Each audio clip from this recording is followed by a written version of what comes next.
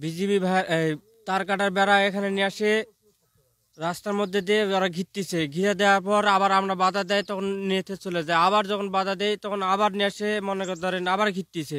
এভাবে যে আর কতদিন এভাবে লুকাচুরি করে ঘিরবে, কোনো 1 কিলোমিটার ওরা ঘিরে নিয়ে আসতেছে।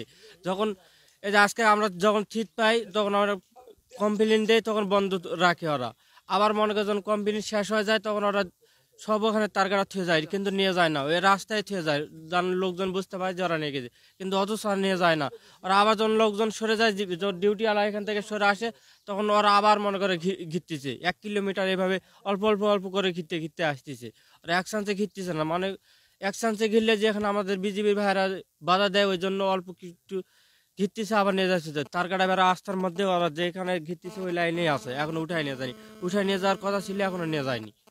কাবিল বাংলাদেশের একমাত্র ইউএল এবং ভিডি সার্টিফাইড কেবল, যা এ গ্রেড এলএমই রেজিস্ট্রেশন। আমাদের বর্ডার এলাকায় এই ধরনের তার কাটা দিতে গেলে আমরা অশান্তিতে থাকি, আমরা ভয়ে ভয়ে থাকি, কারণ থাকি যে কখন না কি যেন হয়ে যায়।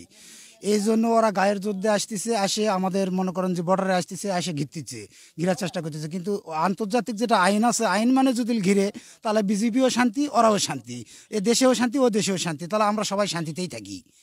এই হলো আমাদের বর্তমান মনে করেন বর্ডারের অবস্থা। ঘিরে ফেললে আমাদের অসুবিধা নাই, কারণ গড়দের যে আইন আছে, আইনে অনুযায়ী ঘিরলে আমাদের তো কোনো সমস্যাই হওয়ার কথা নয়। 150 গজ ফাঁকে গিরলে তো কোনো বাধাও হবে না, কোনো কিছুই হবে না। না, এখনো অবস্থা এখন পর্যন্ত সরে নেয়নি, যেরকম আছে এরকমই আছে।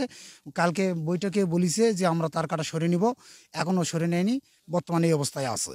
আমরা এখানে আতঙ্কই মনে করতেছি, কারণ আতঙ্ক মনে করতেছি যে এখানে যদি কিছু একটা ঘটে যায়, তাই আমরা বর্ডারের ধারে বাড়ি আমাদের, আমরাই অশান্তিতে থাকবো, আমরাই মনে করেন ভয়ভীতাতেই আছি। যে রাস্তাতে চলাফেরা করি এবং দেখতে পাচ্ছেন ওই রাস্তাতে আমাদের দীর্ঘদিন ধরে চলাফেরা করি।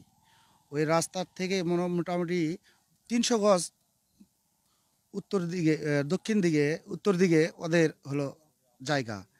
ওরা তা না করে আমাদের রাস্তায় আসে বাধা বিঘ্নতার সৃষ্টি করে এবং মনে করে যে আমরা চলাফেরা করতে গেলে আমাদেরকে ভয়ভীতি দেখায় এবং কিছু রাস্তা ঘেরার জন্য ওরা রাতারাতি পজিশন তৈরি করে। এলাকাবাসী ভয়ে আতঙ্ক থাকে। ইতিপূর্বে এরকম ঘটনা আরও হয়েছে। আমাদের দুর্বলতা পয়েন্ট দেখে ওরা আরও আমাদের উপর অগ্রসর হয়। আপনারা অবগত আছেন যে গতকালকে আমাদের প্রতিপক্ষ বিএসএফ এর পক্ষ থেকে আমাদের সীমান্ত পিলার 281-র 33S হতে 35S পর্যন্ত শূন্য লাইন থেকে মাত্র 15 থেকে 20 গজের মধ্যে তারা বাঁশের খুঁটি দিয়ে একটা বেড়া দেওয়ার চেষ্টা করে কাঁটাতারের মাধ্যমে।